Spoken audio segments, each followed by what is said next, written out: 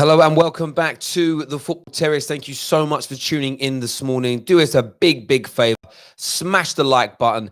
Hit the share button as well. Two of the very best ways that you can support this platform. A massive shout out. Nearly 1,000 new subscribers to the platform yesterday means so much to us that you choose to subscribe, choose to listen to not just what I have to say, but the regular guests that we have on. And of course, the hundreds of you that phone up each month, all your opinions count, all your opinions matter very much to us. We're here to talk transfers again this morning, and it feels like a real negative Sunday, especially in the world of Manchester United. I know they lost a preseason game 1-0 yesterday. I know we haven't got the deals over the line yet that people want us to have done. To be fair, that's not really any different to the majority of the top six, barring Chelsea, that we know have done had an absolutely fantastic summer. But we're going to delve into things in a little bit more detail. As I say, make sure you're hitting that like button before you go any further, please. It's really important to us that gets done. In relation to the different stories that are floating around this morning, there are quite a few, if I'm being absolutely honest with you. We're going to go for a bit of a Thiago update, what's going on kind of in that world and in that situation. I think it's important to look at. Paulinho to Tottenham, and no, not the Paulinho that used to play for Tottenham and then very strangely went to Barcelona, but a brand new striker. We'll give a little update on Mendy to Chelsea. I think pretty much everything is done. I doubt they're going to announce it before their game Monday, or maybe they will as a bit of an uplift. It will probably be announced on Tuesday, but it is done. Juventus confident on sealing the Luis Suarez deal. And Gareth Bale to Man United as a backup if the Jadon Sancho deal doesn't go through. Where we're going to start is with some news this morning that Reguilon wants to join Sevilla over Manchester United, that he would reject a move to the Premier League. This is a report which is the complete opposite to what we are seeing from the likes of Fabrizio Romano.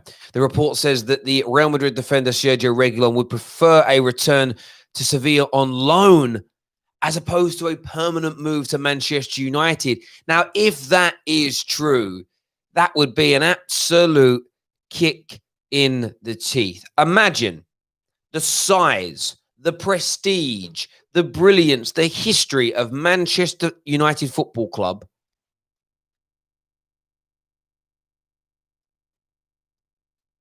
And a player would rather go to Sevilla on loan than sign for us on what will be a lucrative deal for him, a lucrative deal for his family, and the opportunity to play for one of football's royalty. That is what this report this morning is suggesting. It says Reguilon spent last season on loan with Sevilla, but is now heavily linked with Man United after returning to Madrid. The Spaniard remains hopeful of breaking into the Madrid first team. However, he believes a loan to Sevilla would therefore prove more beneficial. And that's the point here. According to these reports this morning coming out of AS in Spain, he would rather go on loan to Sevilla and try to create an opportunity for himself in a year's time to play regularly for Real Madrid. And he would turn down and reject Manchester United in the process. The question is for you as viewers, do you think that's true? Do you think that's true? That's the big question on the Sergio Reguilon situation. And on the Gareth Bale one, well, look, it's very quick, very simple and easy to break this down this morning as a bit of news. It says here, Man United is said to be considering a move to bring Real Madrid's Gareth Bale back to the Premier League should they continue to be frustrated by their pursuit of Jadon Sancho. Sancho is by far and away the number one target, but their season is getting up and running next weekend, delayed due to their participation in the Europa League. They could be forced to look elsewhere. And the Sunday Express claim that they will reignite their interest in Gareth Bale, with Real Madrid keen to move the Welsh international on. And look, again, I don't like to be overly pessimistic, but I just don't believe it. I just don't believe it for a single second. Reading these news articles, No, I don't think we're going to go for... Listen, could the Sancho deal not happen? Yes. I cannot see him doing that. At 23 years of age, Sergio Reguilon, if he has a football club that come in for him, and by the way, Real Madrid are trying to actively sell him. This is why that story makes no sense. They are trying to actively sell him. He's got potentially a club in Man United that are going to say, we want to put faith in you for the next 4 or 5 years. I can't imagine it. You've got the likes of Fabrizio Romano that have said that Sergio Reguilon would love to join Manchester United. I believe him in relation to that. I really, really do. But of course, United rivals are going to say, oh, you're being rejected. United rival. I mean, I see about 20 people in here quoting the report from the Dortmund Buzz. What's happened is with Dortmund Buzz that they won't let Jadon Sancho go now. They will if we bid the right amount of money. That's it. I think what's really interesting about the whole situation is we went through Tuesday, Wednesday, and it was really exciting news in relation to Reguilon and Jadon Sancho.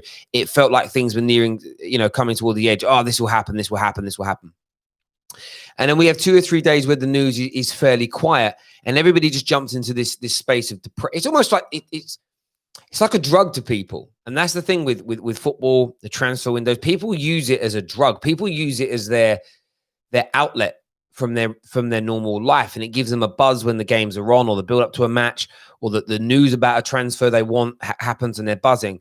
But when it starts to die, and by the way, whether you sign these players or not, there's always a come down at the other end of it. And it's why people need to seek refuge outside of football to make themselves happy and not allow it to be their only source of joy. And that's why people are angry. And I'm seeing people this morning kicking off, crying, boo-hooing about the starting lineup in a preseason friendly where 6 or 7 of our first team players, not to mention the potential 2 or 3 new players that could still come in this summer, are missing due to international participation and quarantine rules. They're kicking off and crying about it. Absolute people. I've seen some of the biggest Man United sort of bloggers, YouTubers in the world quite literally shedding tears over a 1-0 defeat in a friendly. Muppets. Pure Muppets. And they're not even the worst. The people that buy into it. The people that buy into it are the issue. I saw someone comment. I don't even know why I think about this. That is funny. I'm just going to start laughing at it now. There was a comment from Luke Shaw about it's been a difficult preseason. First 2 or 3 days back, there was only 4 people in training. The squad hasn't actually all been together yet. Rare. And there's about 10 comments saying, oh, what do we think about Leeds United? They play better football than Manchester United. They're going to play us off the park. They play like Barcelona. We're dead. I'm thinking, bro, they shipped 4 easy goals yesterday. I don't want to be Leeds. I wouldn't swap places with Leeds United if you offered me £1 million. I would personally. I would, actually. I'd take £1 million for that. That's a lie. But you get my point. Like, I wouldn't swap places with Leeds United and Man United for anything outside of £1 million. Give me £1 million, I'm swapping, right? They shipped 4 of the most basic goals you've ever seen in your life yesterday. Defensively, they are disjointed. They are weak. Yes, they passed the ball really well. They didn't impress me as much yesterday. And by the way, most of you, it's the first time you've seen them play. You just read that they're really good. You don't watch the Championship. Do you know how I know this? Because I follow half of you on Twitter, and you didn't mention the Championship the whole of last season. You'd mention Leeds United after they were famed for something they did, and it was spread across like wildfire. You'd see a clip of a good bit of play and go, that's what I want at my club. Yeah, let's ignore the gaping hole at the back, the 4 goals they conceded. And they weren't even like Liverpool. It wasn't even like Liverpool were bunning them up, bruv. They weren't. It was just basic poor defending. I want to be like Leeds. I want to be Leeds. You fake Man United fans. Fakers. You are clearly Liverpool fans, Chelsea fans, Arsenal fans posing, bruv. Posing. But you're just going to get laughed at by me. Man, crazy. Sean here says Delafeu to United would be better than Gareth Bale. No disrespect, but that's a nonsense comment. Absolute nonsense comment. Someone here says no keeper is saving Salah's shot. You're right. But did you see the poor clearances and the defending that led to him getting the opportunity to shoot? Come on. Open your eyes. I mean, the penalty that was given away was Sunday League. The penalty that was given up in the opening few minutes, Sunday League. The marking from the corner was beyond Sunday League. Honestly, I've seen 60-year-old men play walking football with better physicality than that Leeds United defence. I want to play Leeds United every week. We batter them. We're so strong defensively at Manchester United these days. They'd barely break us down. We'd whack them on the counter. Rashford, Martial, Greenwood, come on. Stop buying into this nonsense. Someone said Leeds played well. They conceded 4 goals. You don't play well when you concede 4 goals. Football is dead. It's dead. Football is dead if you think conceding 4 goals equals you played well. FIFA has killed a generation. FIFA has killed a generation of football fans. Oh, my brother, I feel for you. Honestly, don't go and say that in front of your mother and father. I think they'll regret some decisions. Your dad will definitely be sitting there thinking, why did I not pull out? Don't go and say that to your father. Please. Please. Oh, wow. Can't believe someone said they played well. They played some nice football. That's a very different comment to they played well. You never ship 4 goals and play well. Never. We're going to open the Skype lines now for you guys to come on. I want to know if anyone actually felt, on reflection, in the overall game, that Leeds played well. They had some good moments, no doubt. They played some nice football, but played well. Wow, what a weird comment. Let's go through some of these stories today. I want to know, we're talking Mendy to Chelsea. We're talking the Thiago situation. We're talking Suarez to Juve as an example. Paulinho to Tottenham. Reguilon to United. Sancho, whatever you want to speak about, phone up the show and let's discuss right now. First up, we have Kish. Kish, welcome back to the Football Terrace. What do you want to say? Yeah, can you hear me, Terry? Perfect. What do you want to say, my bro? Yeah, so regarding to the Leeds game, I totally agree with you.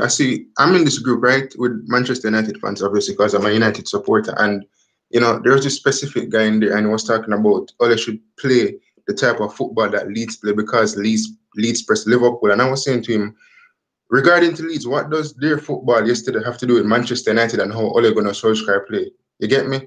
And it's just one game. And I mean, they conceded 4 goals, and you're talking about Ole should play that type of football. There was nothing special about how Leeds went on yesterday. It was a poor defense. Liverpool did play poorly yesterday in terms of how they defended. And maybe on the next day, Liverpool would have just wiped them clear 3-0 or 4-0, Oh, mate, I think you're so right. And during the game, of course, we all get gassed and we're all a little bit sensationalistic because football's exciting and exhilarating. I watched the game back. I watched Match of the Day, and they're holier than the Bible, mate. Like their back line just gets ripped through. Honestly, it's crazy. And yeah. I just felt like it's like, honestly, watching their back line, it was like Jesus trying to eat a Malteser. It really was. And I just sort of watched it and just thought to myself, they play some nice football at times. But a little like I said about Fulham yesterday, by the way, Fulham are not as good. Fulham tried to play football against Arsenal and got battered for it. And I think there are times where you need to realize we've got to close up. And look, Leicester, people, and that's the problem with modern day football fans. They see nice passages of play, and their reaction to that is, that's better football than we play. I'll tell you who do play brilliant football. There's 2 teams, Wolves and Sheffield United, because they play that mixture of pragmatism and sort and brilliant free-flowing football. They get the mixture for the Premier League absolutely right for teams who, in terms of personnel, are below the standard of sort of other people in the top 6, top 7, top 8, as an example, and they get it right. Leeds United will get ripped apart so often this season because they're going to open up so much.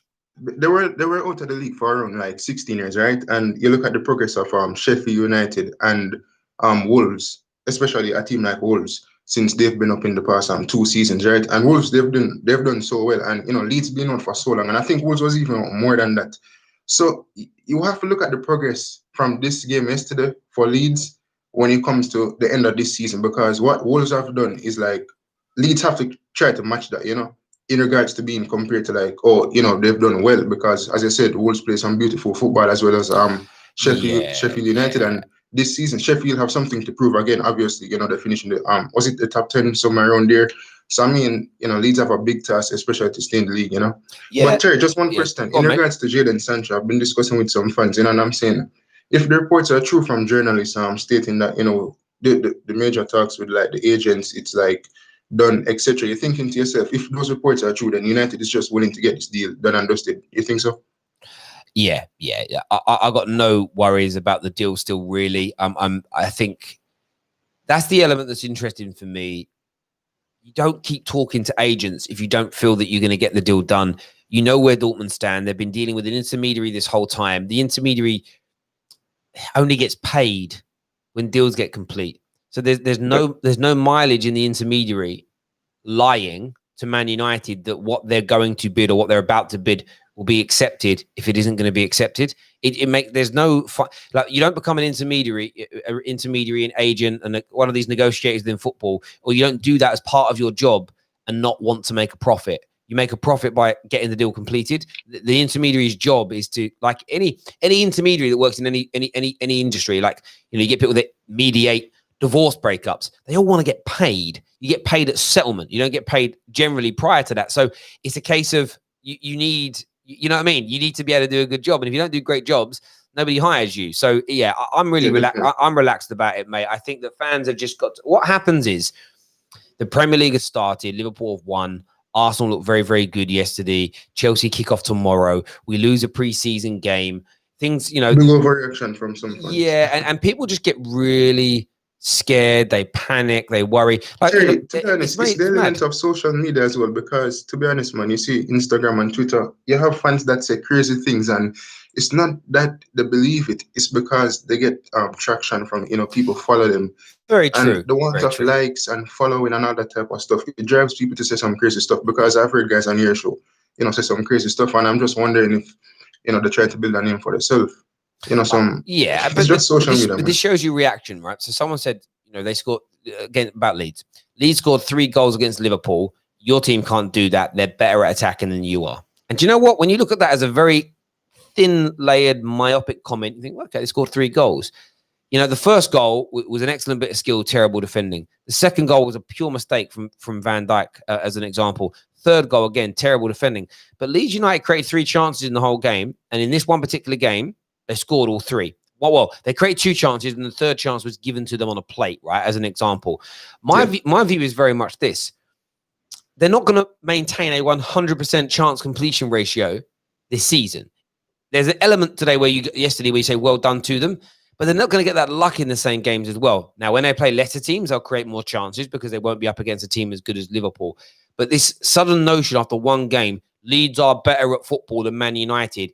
It's interesting. It's great. Man United will score, but I would say between 25 and 30 more goals than them in the league this year.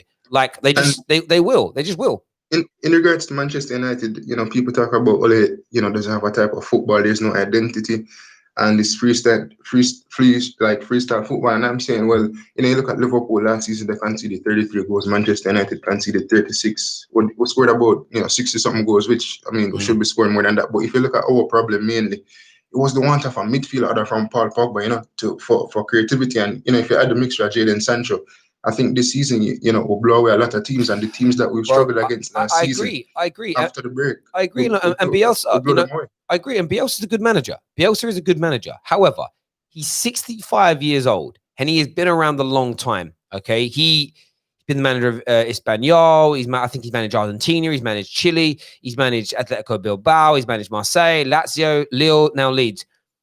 If he was this genius that people try to pretend that he is, genius, people are calling him, genius, a phenom, a cultural hero, why is no big club, and Lazio were a big club, but they're not a big club in terms of 2016 when he was there, why has no big club gone in for him?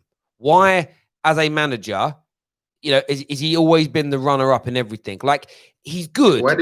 The thing is, why didn't Manchester United go for him, Well, why did Man United go for him? Why didn't Argentina keep him? Why did nobody bigger than Atletico Bilbao in Spain hire him? Why did nobody bigger in Italy than Lazio hire him? Why did nobody in France bigger than Lille hire him?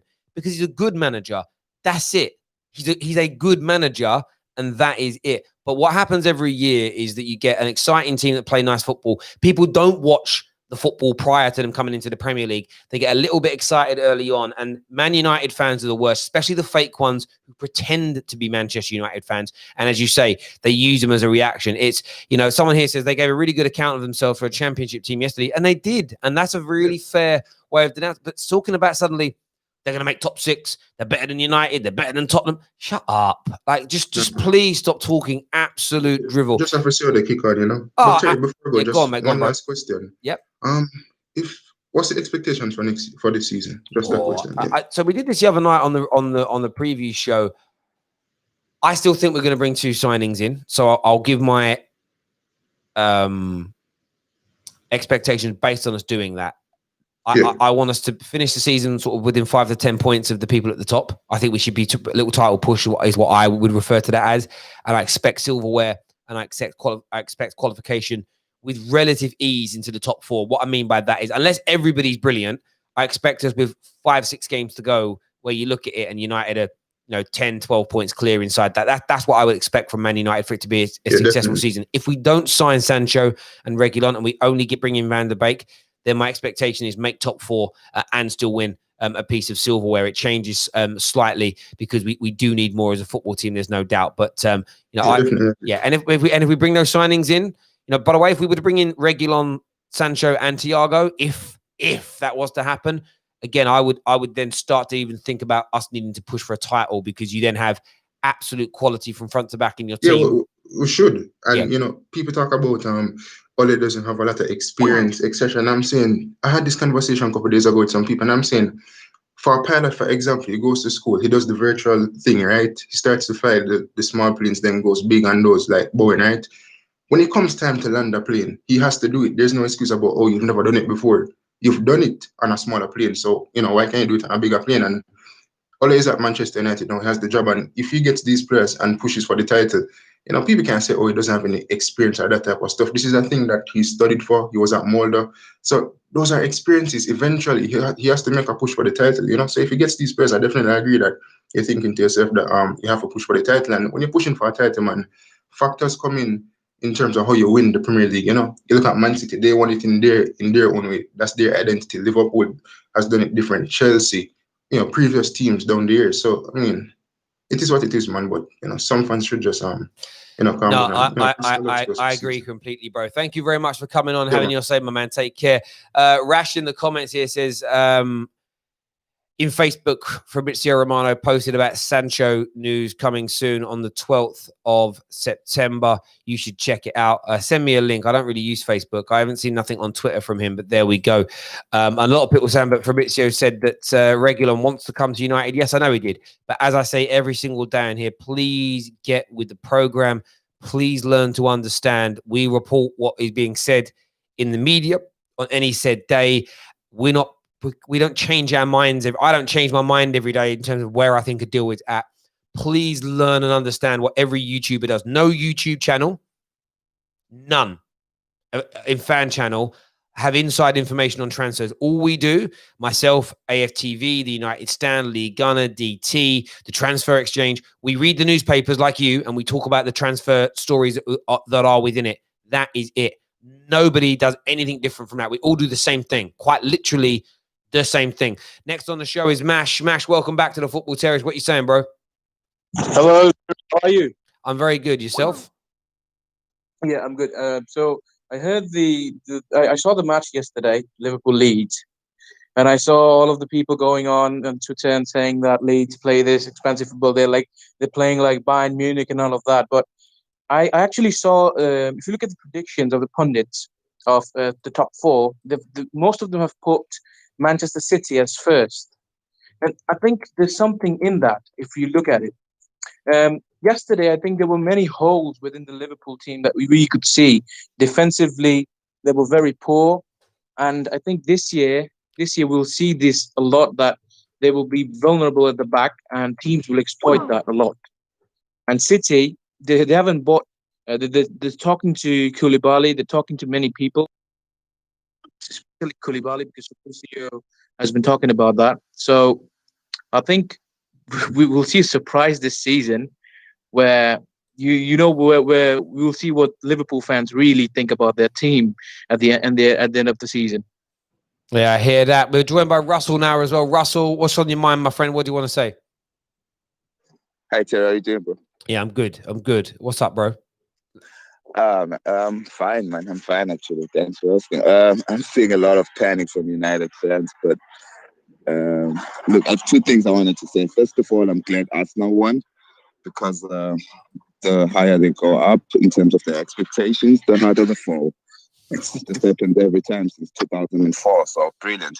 Loving it. But as far as Manchester United is concerned, like, you look at the transfer season right now, not a lot of teams are making big signings. And for some reason, I think because we're the biggest club in terms of fan base, Man United fans expect us to pull out trees, Like, I get it. We need Sancho. We need a left back, maybe a centre back. But look around us, man. We're not the only ones. We're not moving like, who are moving slowly in the transfer market, except for Chelsea, obviously moving, mate. You make such a good point there. I sat down. I sat down last night, just reading what Twitter was saying and reading people's opinions, reading what,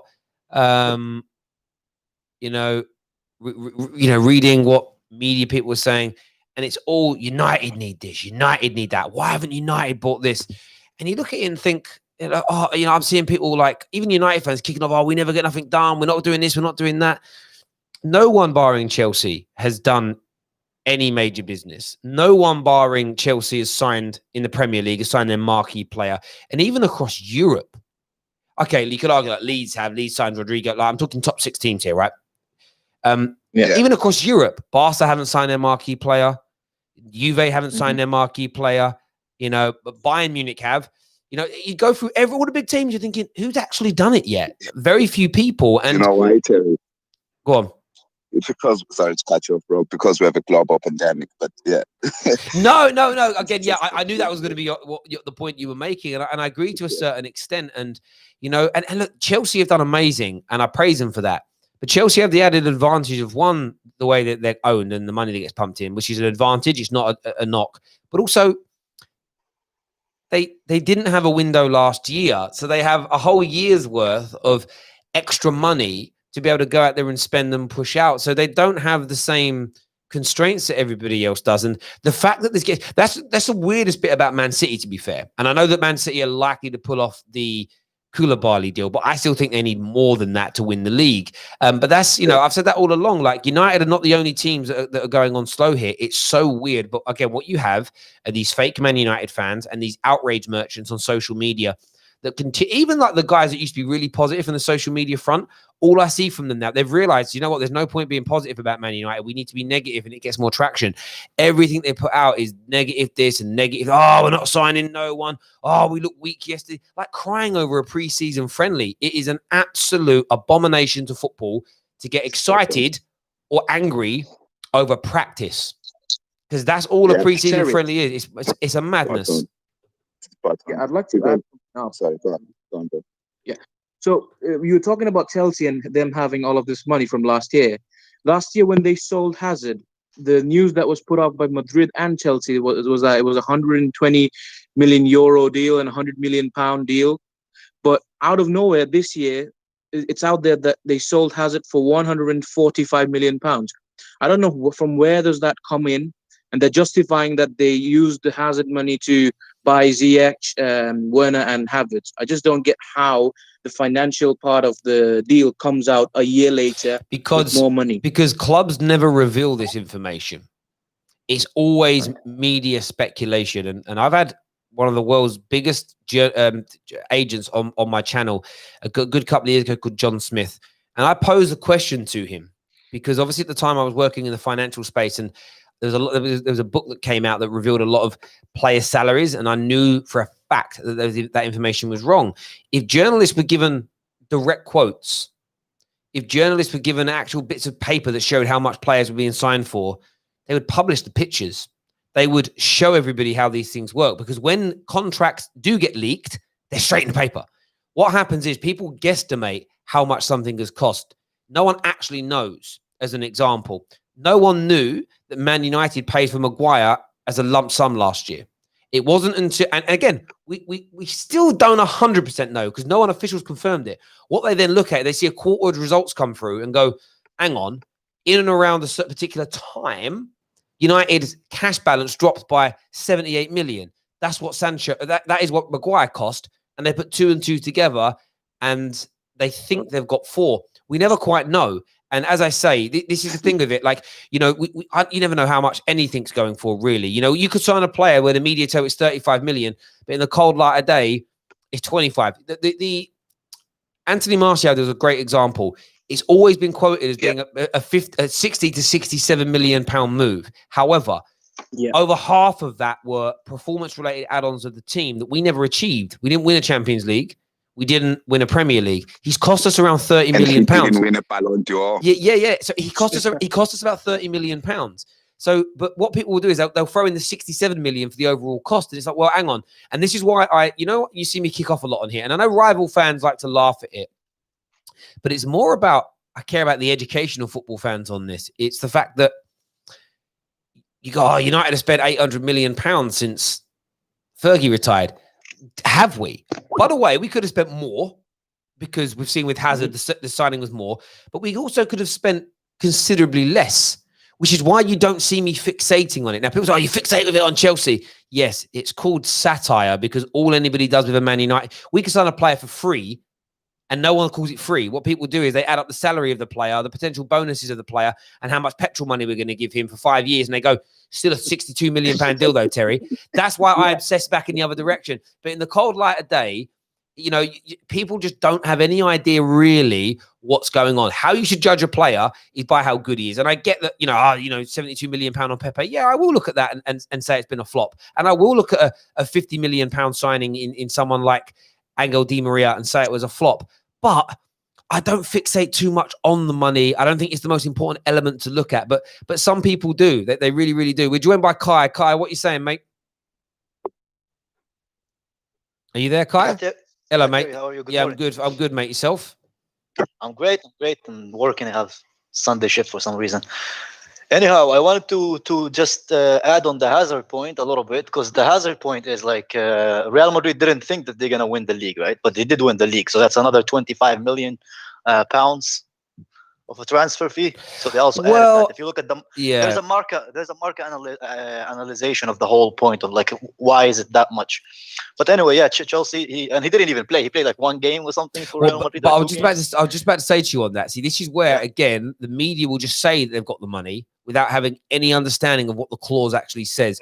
I've seen about 4 contracts, not at this level, before, and that's just been in brief conversations with people at clubs when I was trying to learn and understand a bit more about it. Those kind of clauses will generally always include a participation amount. So a player will have to start 70%, 80% of games for that to be triggered to come out. The clauses are never as simple as Real Madrid. If Real Madrid win the league in the next 2 years, we get 20 million pounds. They're never going to be that simplistic. They can't be because a club. Imagine a club would always protect itself financially. Always. If Hazard got injured first day of the season and missed the whole campaign, but then they still go on to win the league, Hazard's played no part in the winning of that league. Thus, Real Madrid won't want to pay the bonus. So for anybody to think that it's a guarantee that you get where I'm coming from? It's often things like win the league and the player is named in the Liga Team of the Year. There's often like clauses to the clause. And if you've ever read, he did win their Player of the Season. You know that. Who? Really? Hazard. Yeah, but voted by their fans. But that's Chelsea fans had like a little. Yeah, I was about to say. I bet you Chelsea fans. Yeah, again, a club would never be stupid enough to allow a public vote like that to dictate them paying 20 million pounds. Like, forget your rivalry, forget your saltiness. A business would never do that. Yeah. They just never would. But anyway, go on, make your second point, mate. Go on. I wanted to ask you about like the financial part of football. I'm not a financial guru or anything, but does the profile of a club also matter? Because you look at our team United, right? When was the last time we made a big sale? I think maybe Cristiano Ronaldo, maybe. Yeah. I mean, look at it from that angle, and you're like, okay, Liverpool, they've sold Coutinho, they've sold Suarez, they've sold players for big money, and they've made signings. But United have. Same as Chelsea, but you look at United, for some reason, again, United fans, we always expect to make all these big signings, but we don't look at the profile of our But club. they don't We need don't. to. They don't need to. No, United no, is a but huge, listen to the point I'm commercial trying to market. make. You know what I mean? It's No, a no, huge the I point commercial want I'm market. to add in something here. I've actually looked at transfer market and I've looked at Chelsea and United's sale list, and I've seen that Chelsea, one year after the other, they've always have more than 100 million on sales. But if you look at United, the last time we sold, our sales got up above 100 million was when we sold Lukaku that year. Like I'm talking last year. And the year before, and the year of Ronaldo. So Since then, yeah, but the difference is, boys, the difference is this. One, again, if I don't trust always what you're paying for players or getting for players, then those things can be inflated as well. However, the difference is with Man United, we haven't sold a player since Cristiano Ronaldo, who we wanted to keep, but was also killing it and everybody wanted him. So even with Lukaku, even with Angel Di Maria, these players that we did fetch a fair sum for, it wasn't like they were in form, top of their game players at the time of leaving Man United, and we wanted to keep them. That's where and that's mainly because we haven't created a system where we're actually playing good football. So look at the Coutinho situation.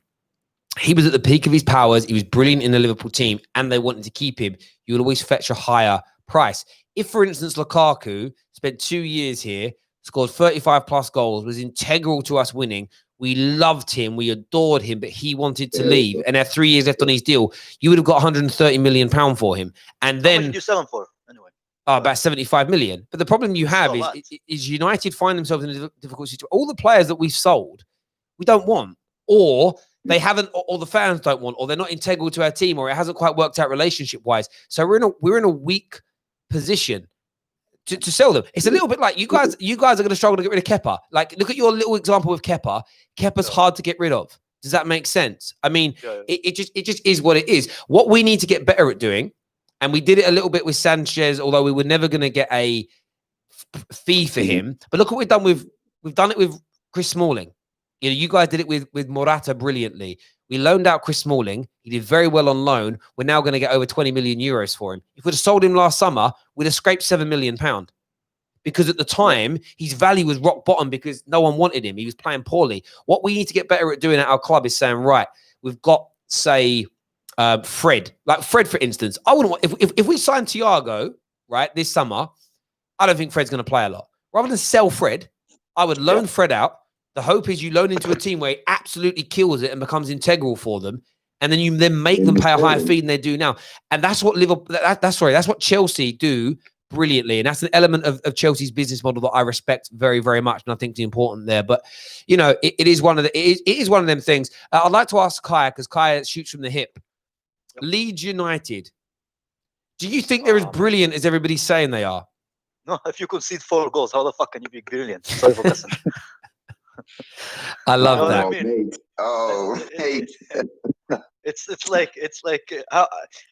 But you know what it is. But it's the beauty of this. Everything that I've been saying about Liverpool and the fact that they're going weaker and weaker because they're lacking hunger. Look at how Van Dijk played. Tell me that team has hunger to win another title, and everything I'm saying is coming true because next game against Chelsea at Stamford Bridge, by the way, so Liverpool fans will know, we will see what this Liverpool team is made of. Because I am sure, even though the Chelsea's 2 key signings, which is Chilwell and Ziyech, are not going to play, I still think Werner is going to cause them a lot of problem, especially since that transfer for Liverpool didn't go through, right? Yeah, the game next weekend, obviously we're doing a watch along for it. It's going to be epic because I'm going in, Terry. I'm going to be in that watch along. Yeah, I want you on there. I want Monstar on there, and then we need to get and then we need a Liverpool fan on there as well. That's what we're going to do. But there's so many subplots to that game next weekend, and if as long as Chelsea win tomorrow night, it's set to be an absolutely epic affair. Because again, and that's what I love about football is subplots. The subplots are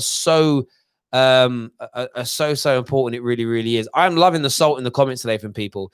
Terry, you're angry that Chelsea do better business than United. Why am I angry? I'm just saying I do great. I've just literally praised them. You don't praise. No. Hazard played 15 games. We definitely got the clause. You don't know this, bruv. And the media don't know this. They legit don't. It's all guesswork. You know, people keep telling me for years how much we're paid for Anthony Martial, and these things just simply are not true. And you know, the clubs, and the thing is, the clubs never want to.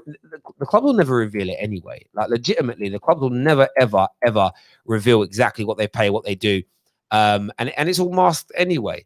You know, they still show on a lot of websites that between 54 and 60 million pounds is what we paid for Anthony Martial, but no more than 30 million pounds has actually been has crossed hands yet. And man's been here 5 years, and now that he signed the new deal, all those old clauses disappear anyway.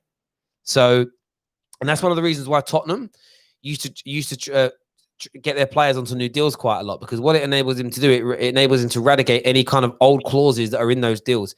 And the more, it's just the way it works. It just is the legitimate way it works. There we go. But Terry, you predicted on our show, right? You predicted that Liverpool are going to still retain their title. Are you still confident about that? You want to change that? No. Well, you want to change. You want to think that over. But what did I say? You said they're going to finish first. Yeah, but why? What was my thing? Because I still think they're going to sign Thiago. I said if they don't bring Thiago in, I'm going to reassess. So I said it there and then. Yeah, it's enough for them. Like, look at how their defense was yesterday. If they bring in Thiago, they will retain their title, in my opinion. I still stand by that. Liverpool were the best team in the league. Yeah. You complain about their defense. Can I just say this? Yeah, I've never rated their defense anyway. Yeah, because of this reason that I'm going to give. Liverpool is based on a system. It's not based on individuals. The reason Liverpool was good was not because Van Dijk was individually good. It was because as a system, Alisson, Van Dijk, Robertson, Gomez, going through to the attacking players, they were good. But if you isolate that Liverpool defense, there are many holes in terms of what's his name, Trent Alexander-Arnold, defensively suspect. Gomez, for me, defensively suspect. Virgil van Dijk, by the way, brilliant defender. But if you look at him, he's still suspect. I've seen him being twisted up by Martial, man, and given a cramp massage afterwards. You know, like, it's not like this guy's no, but even the best system, they cannot work without the best players. You know what I mean? You look at it from a system perspective. That's why I agree with Terry. If they get Thiago, and they get another player, say for the midfield, and another defender, I think they need a defender, in my opinion. Which they won't get. Because they're struggling to sign Thiago himself, you know. But still, bro, Klopp is the best manager in the league. Don't underestimate them. I hate to say this as a United fan, but to just say, oh, their defense, look at their defense. They've never had a great defense. You can look at them and say they're the defense like Juventus or they're the defense. Van Dijk is not a world-class player. He's a world-class player. Alisson is not a world-class player. He's a world-class player. I think you're underestimating Liverpool. Even I don't rate Liverpool as high as other people do. Never had a great defense. They've had great defenders, one defender in Van Dijk, a goalkeeper, but as a unit, they've never had, like, you can look at them and say they're the great defense, even when they won the country. Well, gentlemen, we can go around in circles on this. We'll be building up to this game and this preview. Some good points made there by both. Listen, everyone who's tuned in this morning, thank you. We're back live watch along for. I forget how big a game this is today, you know, because of the signings and everything else surrounding it. Tottenham, Everton. This afternoon, we'll be going live from around 3:30, so make sure you're tuning in for that. Until then, everybody, take care of yourselves. Goodbye. God bless, and we'll see you all again very, very soon. Peace. Take care, Terry. Yeah?